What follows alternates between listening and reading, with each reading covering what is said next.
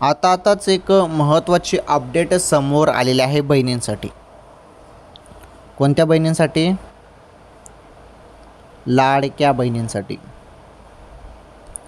राज्यातील ही फेमस योजना आहे लाडकी बहीण योजना आणि या योजनेमार्फत महिलांना दरमहा 1500 रुपये दिले जातात. बरोबर.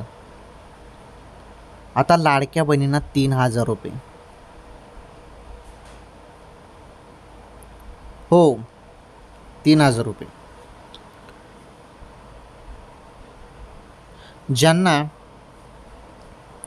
जून हप्त्याचे 1500 रुपये आले नाहीत त्यांना ते जून हप्त्याचे 1500 रुपये प्लस जुलैचे 1500 रुपये टोटल 3000 रुपये लाडक्या बहिणींना मिळणार आहेत.